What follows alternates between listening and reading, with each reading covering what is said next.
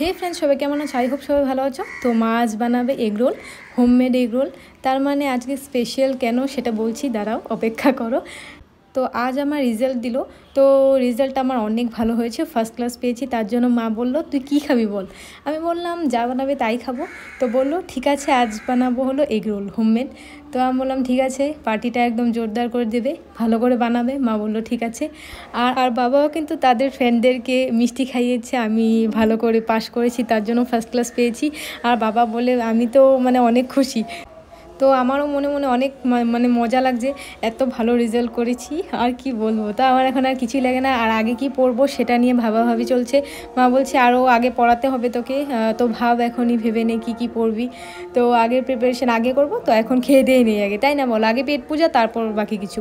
তো মা এখন শশাগুলোকে ভালো করে কেটে নিচ্ছে।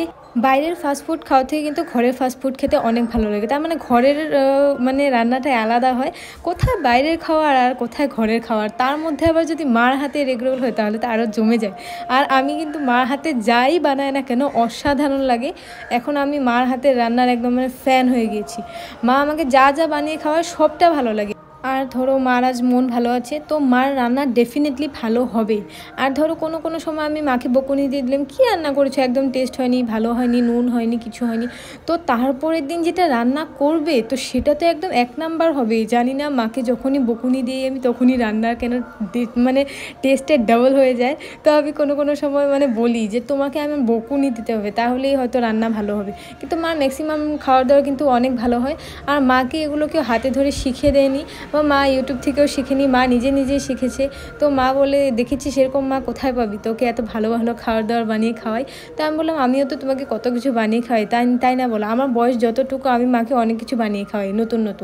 তো এই এগরোলটা আমারই বানানোর কথা ছিল, কিন্তু গরমের জন্য আমি মাকে বলেছি তুমিই বানাও, তুমি আমাকে পার্টিটা দাও, তোমার মেয়ে এত ভালো রেজাল্ট করেছে। তো এখানে কথা বলতে বলতে মা রুটিটাকে ভালো করে ভেজে নিচ্ছে। একদম মানে কড়া করে ভাজবে না, একদম নর্মালভাবে ভেজে নেবে। আর ওপর দিয়ে একটু তেল দিয়ে নিল। আর বেশি চিপচিপা তেল হলেও ভালো লাগে না, কম মানে যতটুকু পরিমাণ দিতে হবে ততটুকু পরিমাণই দিয়ে নেবে।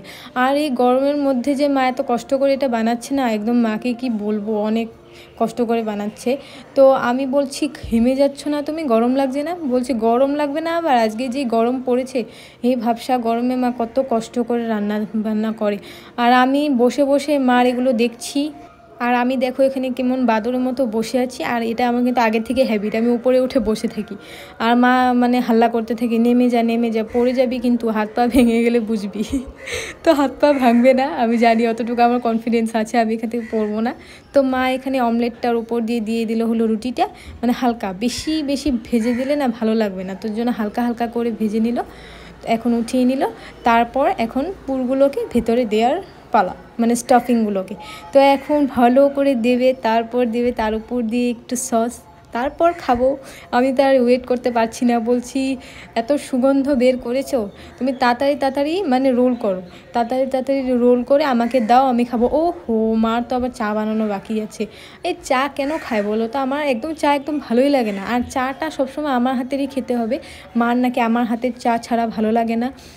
বাবা গো, যেদিন থেকে আমি চা বানানো শিখেছি ওদিন থেকে যে আমার কপালে কি চা বানানো, যেই আসবে না কেন, যা একটু চাটা বানিয়ে আন, সকালের চা, বিকেলের চা, সবসময় আমি চা বানাতে হয়। চা বানাতে আমি এখন চাকে একদম দেখতেই পারি না।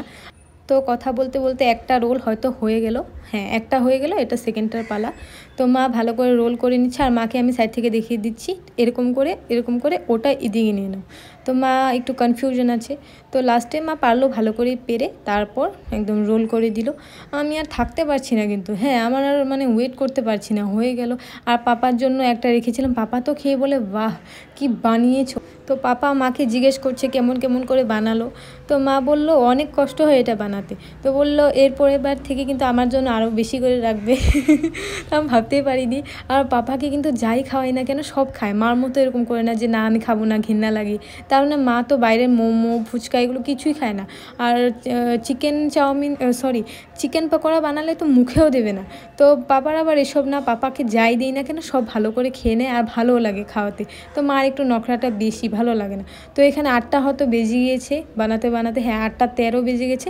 তো মাকে বললাম আমাকে ভিডিও করে দাও, আমি খেয়ে রিভিউ দেবো কেমন হলো। তো ভেতরে কিন্তু এত স্টাফিংটা এত দারুণভাবে দিয়েছিল না, একদম পুরো শসা, তারপর লঙ্কা, পেঁয়াজ সবগুলো মুখে পড়ছিল, এত দারুণ হয়েছিল না কি বলবো। উফ, আমার পেট পুজো কিন্তু একদম মানে জোরদার করে হয়ে গেল। বিকেলের মানে টিফিনটা একদম জমে গেল। তো মাকে বললাম তুমি খেয়ে দেখো, আমার তো অসাধারণ লেগেছে। থ্যাংক ইউ মা আজকে পার্টিটা দেওয়ার জন্য, ভীষণ ভালো লেগেছে। আর আমি না এসব খাওয়ার একদম এক নাম্বার, আমার ভাত ভালো লাগে না, এসব খেতে তো উফ। তোমাকে বললাম দাও তুমি খেয়ে দেখো কেমন হলো। বললো কি আমাকে আর বলতে হবে না, আমি এসব তো এমনিতেই ভালোবাসি। তো আমি এগুলো হলে আর কোনো কথাই নেই। আর ওখানে দেখো আমার চা এখনও রাখা আছে, চা কেন যে ভালোবাসে কি আর বলবো, বাদ দাও। তো এখন মা খেয়ে বললো ও যা হয়েছে না, আমি বললাম নিজের তারিফ নিজেই, তাই না? আর আমি আমার এগরোলটা দেখাচ্ছি, অসাধারণ হয়েছে। তো তোমরাও বাড়িতে এরকম করে খাওয়ার ট্রাই করো। আর আমি মাম্মামকে মিস করছি, ও থাকলে ও খেতে পারতো, ও কিন্তু এসব অনেক ভালোবাসে।